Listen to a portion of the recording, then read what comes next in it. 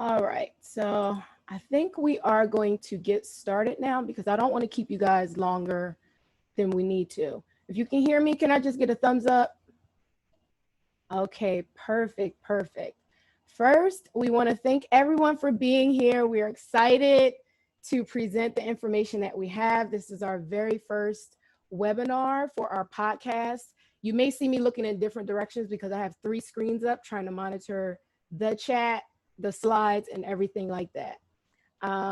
Before we get started, if you have questions at any time, throw those questions in the chat. We're going to have an open dialogue and Q&A at the end, because we want to make sure that whatever you need to say, you say, and we want to make this a safe space for all of us.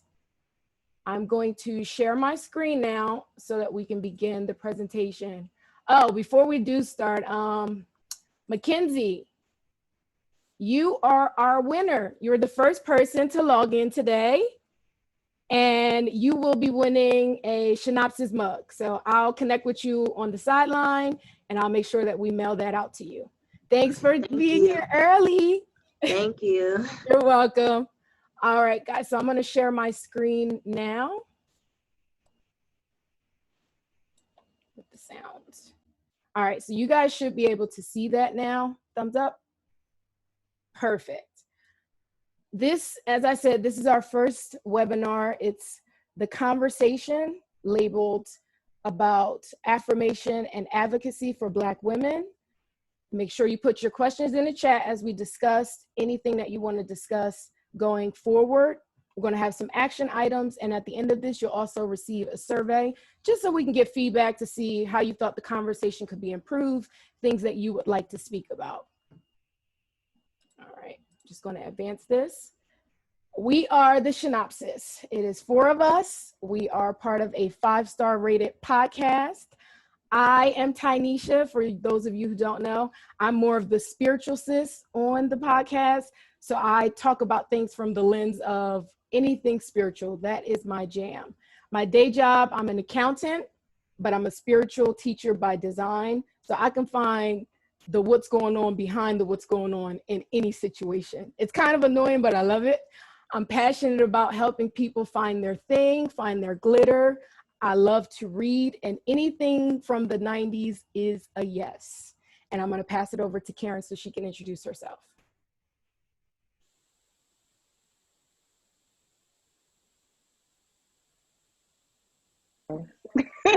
I'm sorry. I forgot I was muted, guys. I was rambling on like, hey, y'all.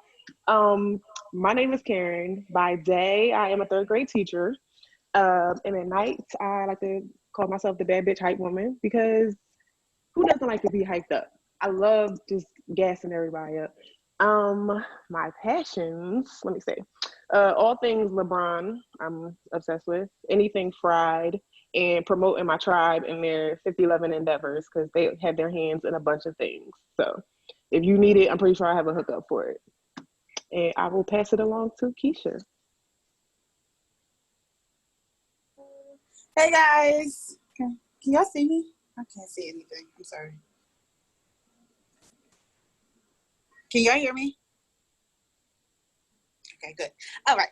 So I am Keisha. By day, I am a case manager.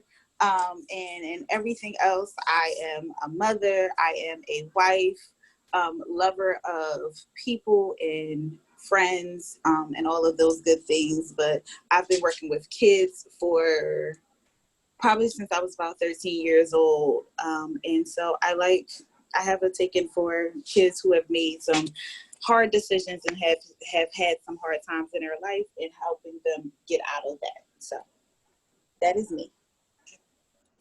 We also have a 4th member, India. She couldn't be here today. She had a family emergency. And she's the one that we have to wrangle the most in the group chat. Just know that. That's the wild card. If we're Uno cards, she is the wild card. So she won't be here today. I will be covering her portion of the presentation. We're going to move forward. So before we talk about our mission statement, I wanted to give you guys a little bit of background about how we got here. This was a direct result of us looking at the current public health crisis concerning COVID and systematic racism. we were thinking to ourselves, like, we have a podcast, we have a platform. What can we do to not feel powerless in this moment? So we had a bunch of conversations and we thought, well, the best thing that we can do is we can speak to Black women at this time because we are Black women. We've been overlooked, over criticized, undervalued. Our bodies have been policed. Our hair has been politicized. So at this time, when there's such a global gaze on the Black experience, we wanted to talk to the soul of the world, which is basically Black women. When we see these things happening, the police brutality, these are Black women's children who are leaving the earth in such brutal ways. And then with COVID attacking our community, we are often the ones to repair. So our mission statement with this presentation is to affirm, empower, and ignite the Black women to be the change that we deserve. And that's not to say that, you know, you're not out here making change. We already know that you are, but we want to make sure that you feel seen and you feel heard and you're energized to act on your potential. Some days it may just be that your voice needs to say, I'm tired and I need a rest. And we want to honor that too, if that's where you are today. All right. Now we're going to move into our itinerary. We developed this based on your ability to speak. So I'm going to cover affirmation and self-discovery, which is basically about finding your own voice, knowing what makes you special. Karen's going to go into how, once you find your voice, how to use that voice in your personal and friendships. So family and friendship relationships. I will pick up for India, which is going to go to community advocacy. So that's how do you speak up politically and for your community. And then Keisha's going to close it out and talk about how we can use our voice in professional settings.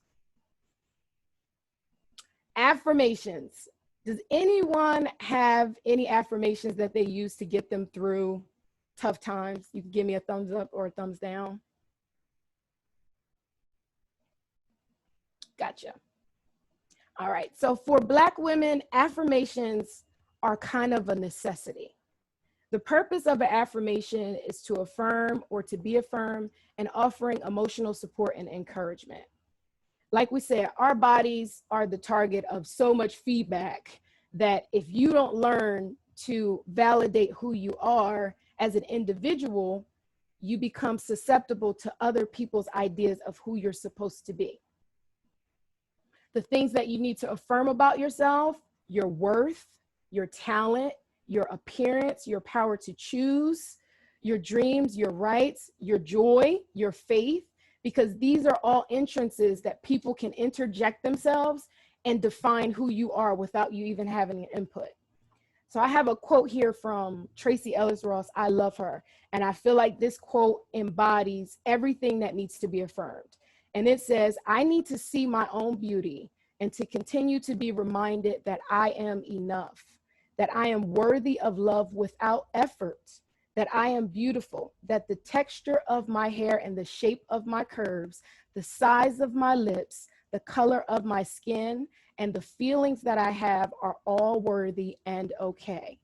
We've all been told as women, you're too emotional, or even, you know, you shouldn't wear that because you will tempt someone, instead of making other people responsible for their own temptations. So it is our job that we develop within ourselves a practice of affirming ourselves. And I'm going to share with you how sometimes that affirmation won't come from you because you may not be strong enough or confident enough at a certain point in your life to affirm yourself. So then it will be on you to find people who you trust and who will build you up. So after you get into the practice of affirming yourself, one of my favorite affirmations, honestly, is God knows where I live.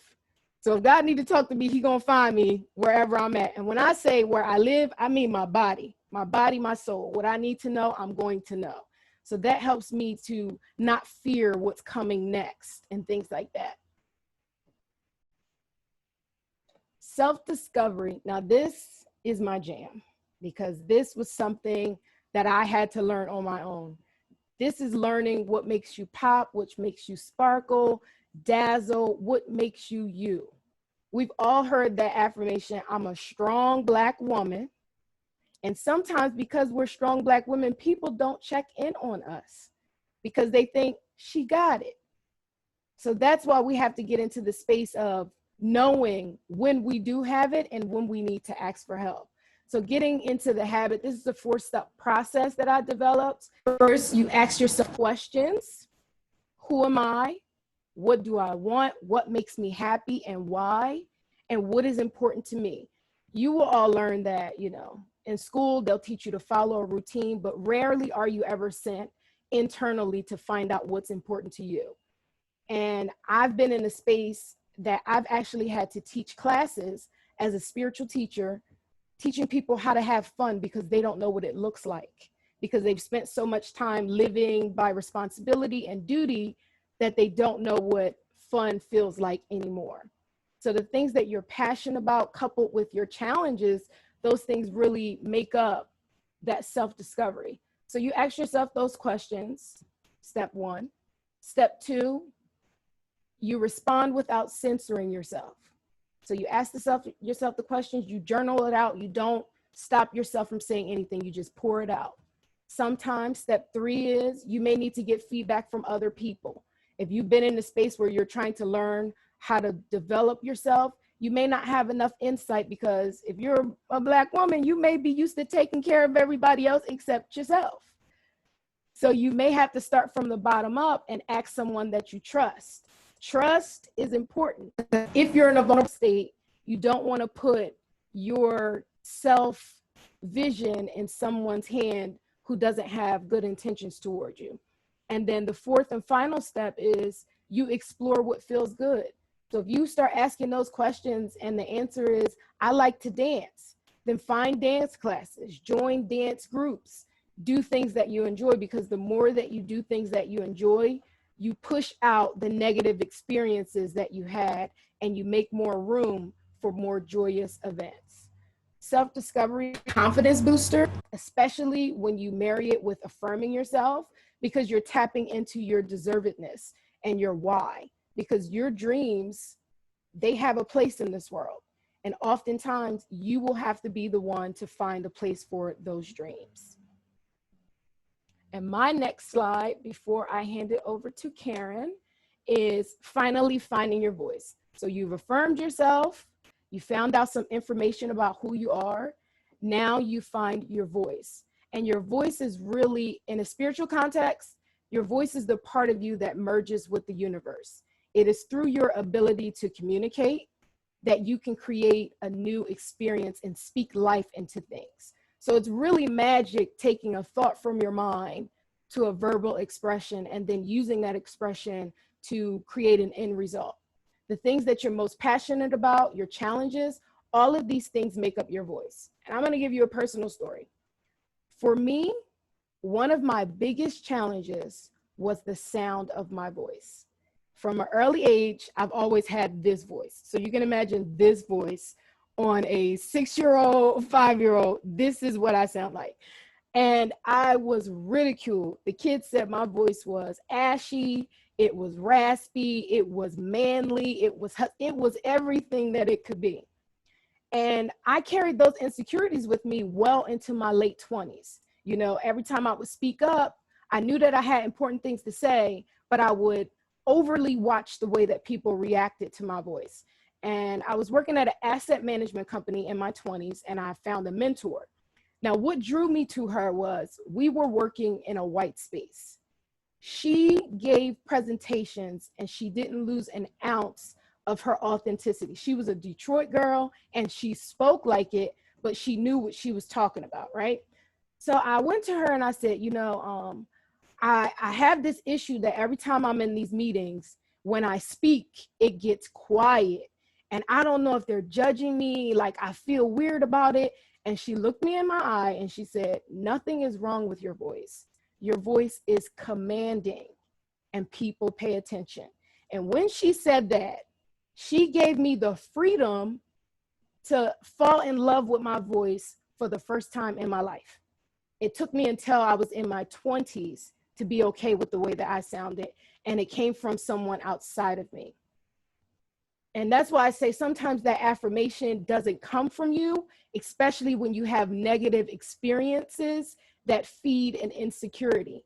So it's on you to figure out people who will uplift and push you beyond the constructs of negative experiences that you had. And once she said that, I'm telling you right now, I haven't shut up since. I've just been talking everywhere that I can talk and doing all the things that I can do. And the magic in all of it is now I get paid to speak. So imagine if I never sought out someone who can affirm me, and I never allowed myself to be uncomfortable to ask for help in that moment. I could have denied myself a stream of income that I love. So now Karen's going to go into basically how you find those type of relationships and how you use your voice in your family and friendships. Karen, you shouldn't be muted. Okay. All right. So as Black women, when we advocate for ourselves, oftentimes it's given another term, or it's mislabeled. So you advocate for yourself in the professional space, you're bossy or aggressive. Advocating for yourself in other spaces is it's often not labeled in a positive manner. It's often given like a negative connotation. What I found for me is that personal advocacy is like a lifelong journey, basically. Like there's never going to be a point in your life when you're not going to have to advocate for yourself. One of the best opportunities that you have to advocate for yourself is within your family setting. Now, all of us as Black women coming up in Black families, predominantly Black families, I'm sure you've been told, you know, if you advocate for yourself, that's back talk, or you're going against the grain. And, you know, it's sort of along the lines of, well, this worked for us, why isn't it good enough for you? I've gotten that plenty of times in my family, and I can tell you, if I had stayed stuck in that mindset, there are a lot of opportunities and experiences that I would not have just because of that alone. So some tips on overcoming pushback in your family for when you advocate for yourself. Be clear that your advocacy is not only in your best interest, but also in the best interest of the family unit as a whole. Sometimes you're talking back, you know, you're being disrespectful. But if you're advocating for yourself, that literally means you're doing what's best for you. And what's best for you, you as a whole, you know, healthy individual is essentially what's best for your family as well. Be clear about what it is you hope to accomplish in your advocacy and why it's necessary. Again, with pushback, you have to have an argument as to why your advocacy is absolutely necessary. I experienced this quite a bit with my own mother. We have had some struggles with me advocating for myself, simply because first, my mother is a Leo, and I don't know if we have any Leos in the group, but you know how that is. They're very like strong-willed, and they believe that their way is the right way. And I'm a Gemini, so you get what you get with that. So she and I had to have a couple come to Jesus moments, because it's like, listen, this is not me, you know, arguing with you simply just to argue with you, but this is what I need for me to be okay, for my sanity. So as young women, a lot of the times, especially as young Black women, I think as Ty said before, a lot of times we get taught to like put other needs before our own. And when you can advocate for yourself in an effective way, you learn to start putting your own needs before others. Be consistent in your stance on, you know, your reasons for overcoming your pushback. I struggled with this a lot until I actually went to therapy. And my therapist, first of all, I think it's important for Black women to have Black female therapists. If you don't subscribe to that, that's fine. But for me, it was important for somebody who looked like me to reflect back my experiences and be able to relate in that way. But she taught me a lot about advocating for myself. And then once you learn to advocate for yourself in your family space, you find that it's much easier to advocate for yourself in professional spaces and other spaces like that. Ty, you can move forward.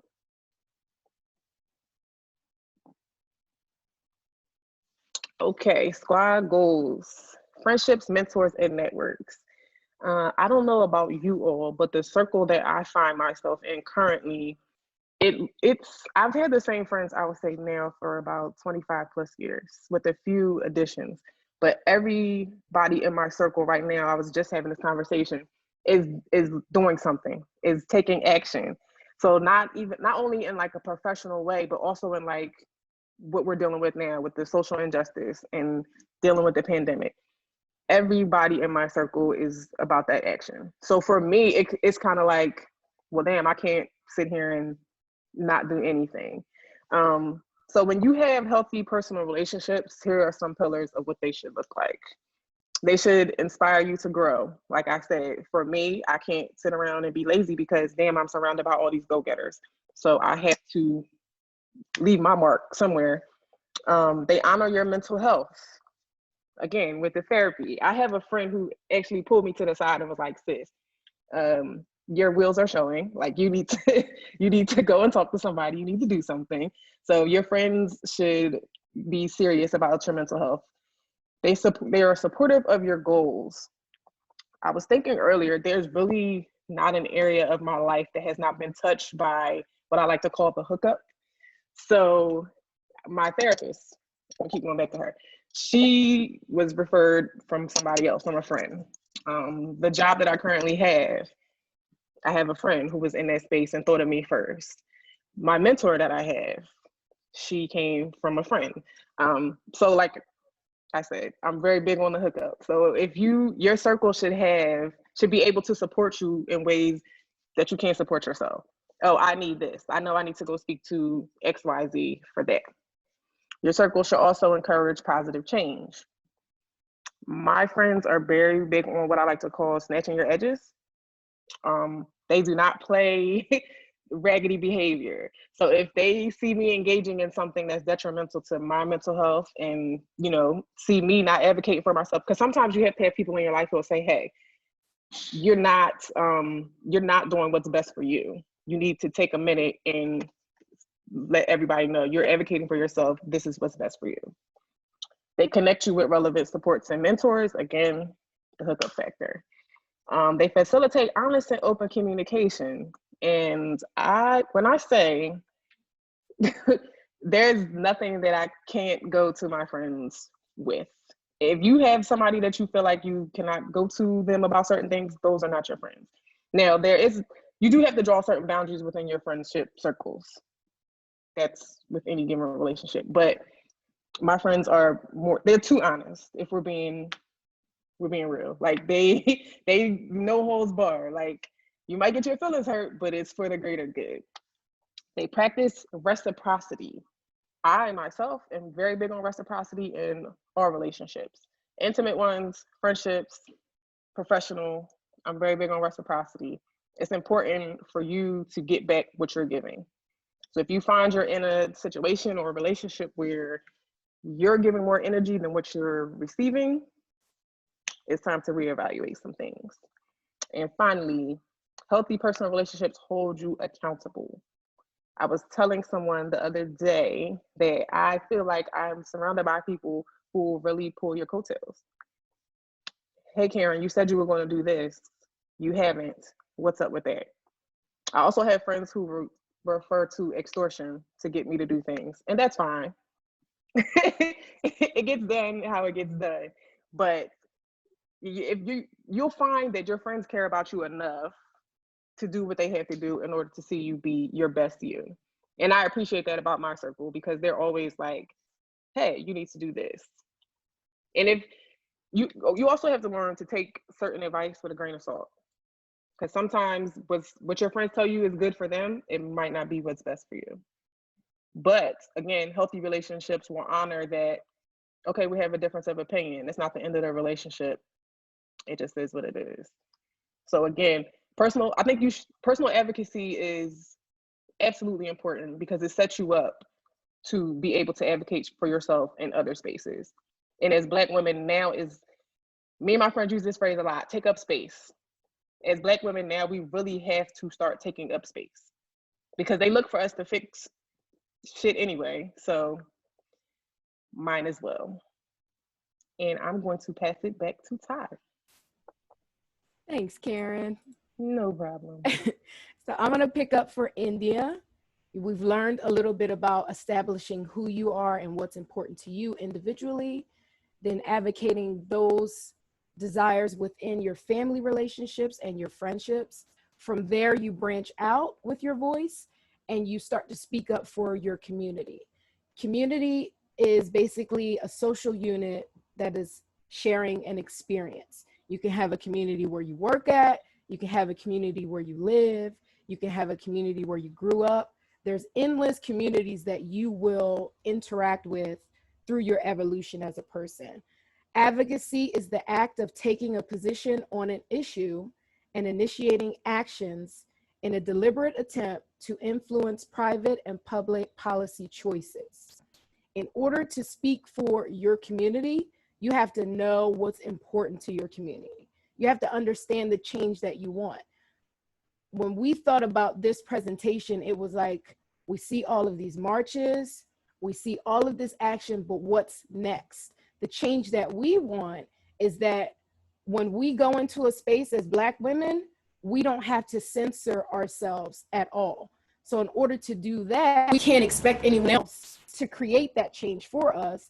And we thought to ourselves, well, let's start speaking in this presentation so that we can energize and create another type of community where people who have a like-minded experience. The thing is, you're not going to sign up for something like this if you don't have some form of interest. Even if you are here to support a friend or a family member, you can take something from this. You also need to be genuine, be creative, and invest in the long haul. The changes that we're asking for are not going to happen overnight. And I think that it's important now more than ever that we start to incorporate thinking about politics within our families and learning who is in charge in our communities. So there's a 3-step plan here that India came up with. Actions. 1, identify the issues that you're passionate about. Look at your life and really identify the things that you needed. So was it that, there weren't job opportunities for your family and friends? Are you passionate about that? Was the school that you were raised in, did they have the things that you needed? If they didn't, look at your own community and make sure that that school board has what you need. So really look at your life and become the thing that you missing. Do your research and learn everything that you can about an issue. You have to become an expert, but you need to know enough to have a conversation. Find like-minded people and build a coalition that is action-based. At the end of this, we are going to have some action items for you guys. But when you are having these conversations with your family, your friends, and maybe even your coworkers, make sure that you have like-minded people. Everyone doesn't have to think the same. Everyone doesn't have the same approach to a solution. There should be differences on opinions, but the outcome should be the same. And then finally, commit. Like we said, this is something that has to be talked about beyond the presidential election. We have to be involved with things that are happening within our city, within our state, and the global world as a large. And it's nice for us to be engaged on social media, but as much as we are posting about things, make sure that you're also making phone calls and you're also sending off emails and knowing who is in charge, who you need to talk to, and who can make the change. Now I'm going to move forward and Keisha is going to start from here. Keisha, you want me to play your slide now? Okay. Yes, just the first 50 seconds of it, not the whole thing. Gotcha. All right. My boss is an offensive dumb fuck of an idiot. Oh my God. Your hair. I go out of town for 1 month and I come back and it's like, did it shrink? Do you wash it? Can you wash it? Girlfriend, how are we gonna go get cornrows now? Why did you change it? Oh, it was Black History Month. Is that how your ancestors wore it? What about your boyfriend? Does he like it? He dumped you? Could you hook us up? I'm just kidding. Situations like these make me angry and uncomfortable. I would love to express that to her. Shut up! Shh! Shut up! Seriously, what's wrong with you? What the fuck is wrong with you? But I'm passive aggressive and I hate confrontation. So I just hold my feelings inside until... It reminds me of pubic hair. Can I touch it? No! Let me tell you about my job. Okay. So, even though we may not be encounter anything as extreme as Issa went through, we are Black women working in spaces that were not originally created for us. So my part of the presentation is how to advocate for yourself in spaces that weren't created for us. So the first part is to know yourself and to be yourself and to love yourself. So this goes back to what Ty said about building your own confidence and doing affirmations and going into your job confident. Number one, that you've been hired for a reason. They looked at all of your qualifications when they asked you to come aboard. And when you accepted the job, there was a mutual understanding that you are qualified to do it. Also, to be proficient with your work, know what you are doing. We never want to be the person who just doesn't know. You know, we have coworkers who are able to slide by, and unfortunately, we can't play by those rules. So part of my confidence in my job is that I know exactly what I'm talking about. Not that I know everything. I'm not afraid to ask for help, but I know what I'm talking about. One of the first things that when I come into a job, I'm always writing things down. I'm always trying to figure out how to make sure that I'm doing it to the best of my ability. All of those other things that gives me just the sheer confidence of coming into work and knowing what to do. Doing your job with integrity. Integrity is what, and I love this quote, is like, integrity is doing the right thing even when no one is looking. And there's so many times we can find gray areas in our jobs, and there's so many times where when no one's looking, we can, oh, I'll cut this corner, or I'll do this, or I'll do that. In the long run, that really hurts us. It hurts our character. It hurts who we are.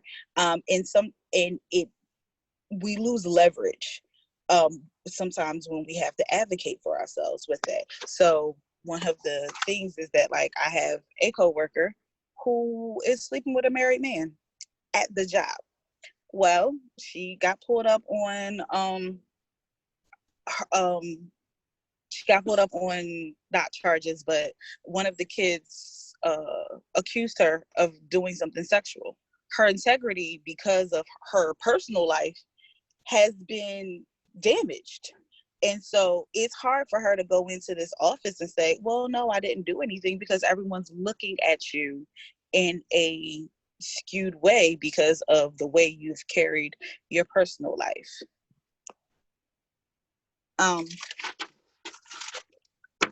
We can go on to the next slide, Ty. I work.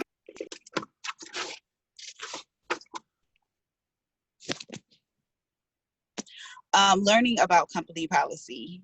That, as far as advocating for yourself, will take you further than you will know. A lot of times companies put things in their policy just to protect themselves. However, they don't always follow those things. They just put them in there as a catch-all. Holding your company accountable to what they say is a way of advocating for yourself, and knowing, like, the national laws, making sure that what your company's policy is matches up with what is happening in your state and in federal laws, because sometimes company policies do not match up with state and federal laws, and also holding them accountable to those laws also. When I went back to work after having my daughter, I chose to breastfeed. So I went and researched all of the breastfeeding laws in New Jersey, all of the rights and privileges that I was due to me as coming back as a breastfeeding mother, just so that I was abreast on those things. And so therefore when I went into my meeting with HR, I was giving them my list of expectations. I was in a position of power where it wasn't me saying, oh, what accommodations are you going to make for me? It was saying, no, I know that I am due this accommodation, that accommodation, and the third. And this is exactly what I expected. And so with me saying that, I didn't have much of a fight from my company, whereas though there's so many women who have had fights because they were coming in from a position of asking and not from a position of requesting. Knowing what other common practices are in your field also is a good position of advocacy, because you can kind of compare. Like, sometimes depends on where you are. Like, I just moved from New Jersey to Florida. I can compare what we have commonly done in New Jersey to what we're doing in Florida and say, no, you guys are a little bit behind things federally, or you guys are, a little things behind nationally. Like, these are the standards that was put in place in such and such time somewhere else. I'm sorry. These are the things that we're putting in place in such and such time somewhere else. And it's also given me a position of leverage and a position of power. So I'm ready for my third slide. Keeping receipts. Unfortunately, discrimination has been part of a thing when it comes to being African American and also being a woman. So when I go into a job, I have a notebook. I write down this notebook. In the beginning, it's like, oh, this notebook is just to help me learn procedures and write down procedures. I also use that notebook that when I start seeing things go left, when I start seeing things that are not ethically, that do not match up ethically, I'm jotting these things down just in case I have to pull this up for any reason, just in case I ever have to go into HR. I have documents, I have receipts that this is what was told to me. This was actually what happened. When you feel like you're being picked on or discriminated against, start sending emails. Emails also create a paper chain, a paper trail, so to speak, as to what's going on. So start confirming what you're being asked, what you're being told in emails. If there's a difference between the way one person is being treated as to the way you are being treated, also start documenting that in emails and seeing if, the other person will help corroborate your story. Knowing the chain of command, knowing who is above HR, because sometimes, let's be honest, the people in HR are not the best. So knowing who is above HR and how to follow that chain, because you can usurp your argument if you go straight to the top without going through HR, and you don't want to do that. But it also strengthens your argument if you go through HR and they have not been helpful, and then you find your way to the top. And all of this, continue to be professional. Sometimes it is hard to be professional in spaces where you are being attacked, where you are being picked on. It is hard where you're being singled out. I was in a job in particular where I was being singled out. I was being given tasks that nobody else was given. I was literally like, everyone in the office was told to like just be disrespectful to me. That's okay. I documented all of that. And when I went to HR, I had all of my receipts and they were all reprimanded for their behavior. So what helped me, I think, in the long run was that I was professional throughout it all. Every time I objected to it, I did it in the professional way. I went through my chain of command, and I was able to be helped. It helped my argument. Document your concerns during your monthly or yearly review. Anytime you are asked to give your opinion, I don't care how big or small it is, always give your opinion. And that's actually something that I did learn from Ty, where a lot of times in my yearly review, I'll just say, oh, everything is fine, I'm okay. But I had a list of grievances. No, every time I have a review, whether it be monthly, yearly, or semi-annually, I am listing the things that they could be done better, the things that I have done the things that I don't think that my supervisor has highlighted. Oh no, you forgot you assigned this special project to me and it was completed within. Those are the things that that boosts your being able to advocate for yourself. And I have an email on the side here just to kind of show, you know, how to document things, because sometimes, you know, we don't always think about these things, or like they'll kind of catch us off guard in the heat of the moment. So I do have a email on the side to kind of show how to document those things.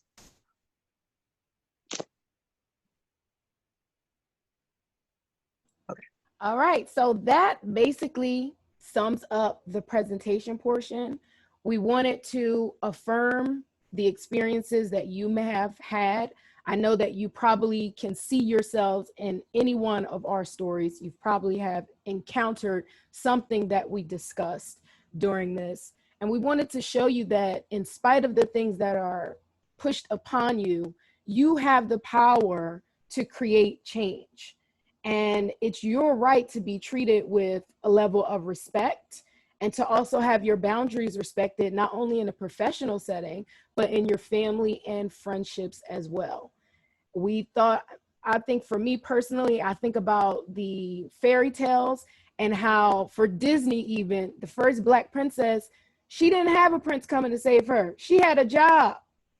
She had a job and a dream, and that's what she did to save herself and turn her whole life around. Now, I'm not saying that we can't have a different journey, but I'm saying at this time right now, it's up to us to come together, affirm ourselves, make sure that we have a strong foundation in one another, and then act upon the things that are important to us.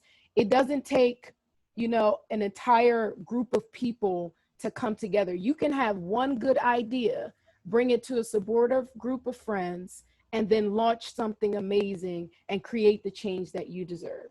So we're going to open it up now for dialogue and Q&A. Any thoughts that you guys are having, anything that you've personally been thinking about as a result of where we are globally, just go for it.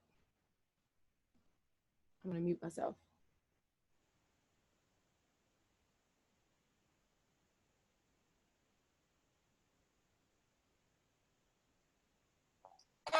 I'm Tanaya here. I'm in Canada, and I'm Karen's friend. Hey, Karen. No, I not just because Karen's my friend. I really did like the portion just talking about the importance of your circle, and I feel like in my own life and experience, I can really attest to how you can really be propelled forward or held back based on who you kind of align yourself with, right? And just in recent years, how yeah, when things are going well for you and you're starting to branch out, and the support that you get from your friends and how that's almost contagious, right? And I can just think about even in the last couple of weeks, you know, a friend of ours is launching like a personal fitness business, and you know, I did a yoga thing, and then Karen has a Shenopsis, and our other friend is doing like visual design, and it's like we're all reposting, we're all like putting them on, we're all supporting, even if it's not something that's necessarily that we're into, like we're all committed to each other and kind of supporting each other in our own ways. And I just think like you can't even speak to, it's hard to even articulate the importance of having a good group of girlfriends, and how much that can just take you through any and everything, right? So yeah, I just wanted to kind of double down on that. Thank you for asking the first question. You also want a mug, so I'm going to connect with you on the side and make sure that you get that. Anyone else want to chime in? I wanted to chime in a little bit about, I think it was, everything flowed very well, all the topics. So I just got to give you ladies kudos for putting this thing together, because it is a conversation that needed to be had. But I was thinking, when you were talking about advocating for yourself with your family, I think that's just kind of struck a chord for me, because that's where it starts. And it's just so important for us, I guess our generation, you know, as we're raising the next women and, you know, even our sons, to be able to advocate, because we grew up in the children are to be seen and not heard.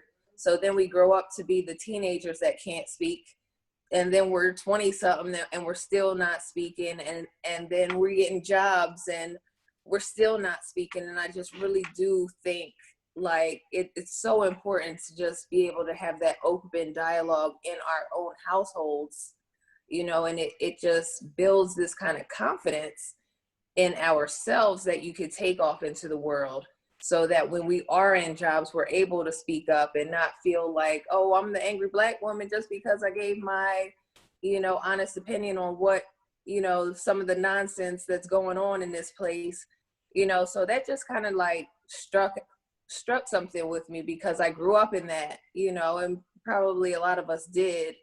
And when you hit that, I guess, rebellious phase in, you know, adolescence, when you just start like, why? I know, but why? You know, you start questioning things, and I feel like if we just are able to give that to the next generation, we won't have to have these type of conversations, because we've been speaking up for ourselves from day one. So I think that's really important to kind of hone in on. That was a really great takeaway, because as we were developing the flow of this conversation, it was like, before you can even get into the world and march and have the type of change that you're asking for, you need to know how to speak. And the practice of speaking helps you tone your emotions, so that the first time that you speak, it's not like, because you don't have the practice, you know? So you're absolutely right. I think these conversations are very important now, just to piggyback off of what Steph said. Looking back at my own life, it definitely took me, I would say, till around 30 before I decided like to start advocating for myself. At every level, looking back, like me advocating for myself came off to the recipient as something like negative. In my family, even in watching the relationship that my mother had with her mother, it was kind of like it's a cyclical thing. And then so I get to college and I played for a woman who was not the nicest person, and she was very like, she subscribed a lot of stereotypes to the other Black girls on the team. So in advocating for myself in that situation, it was kind of like, well, you just won't play. Like, we're not going to handle this. So that kind of like stifled me from sticking up for myself. So I finally got to a point where I was just like, yeah, this is not going to work. Not only for myself, but for my kids. Because I'm not going to raise children who are just not going to use their voice at all. That stops. That's dead at me. So, yeah. Yeah, I have to agree with you, Karen. That definitely struck a chord with me, because my parents have really loud voices and opinions, especially my dad. And that's like, I'm a daddy's girl, so I look for his like validation and, you know, approval and a lot of things. And I think like you said, around like 30, 31, I was like, to hell with this. Like, I don't work too damn hard to be you know, leaning on other people's opinions and trying to like shape and mold what my life needs to look like. And I know what my life needs to look like. And you know, the conversations are even starting to happen in our household, because I moved back home and I basically just sat down with my dad, like, hey, yo, I respect everything that you tell me and your advice, but you got to know what works for you doesn't work for me. And you also have to understand that I've had well thought out plans like about this before I moved, and I'm gonna still do me, you know? And his response to me, and which is crazy, because this is the first time I ever really like spoke up like this. His response to me was like, oh, I always saw you as a leader. Like, I was just like shocked, like that he even said that. And I like burst out in tears, because I'm like, yo, dude, you never let me talk, and you gonna say now you think I'm a leader? So it's crazy. Like that really like sets a foundation for me to be able to now kind of walk into my next steps and my goals. And of course, like majority of my friends are on this call, like hearing them pushed me and encouraged me and everything. That helps so much because I don't really get that much at home, you know? So that was really good. Such a great point. Everything was great. I really enjoyed everything.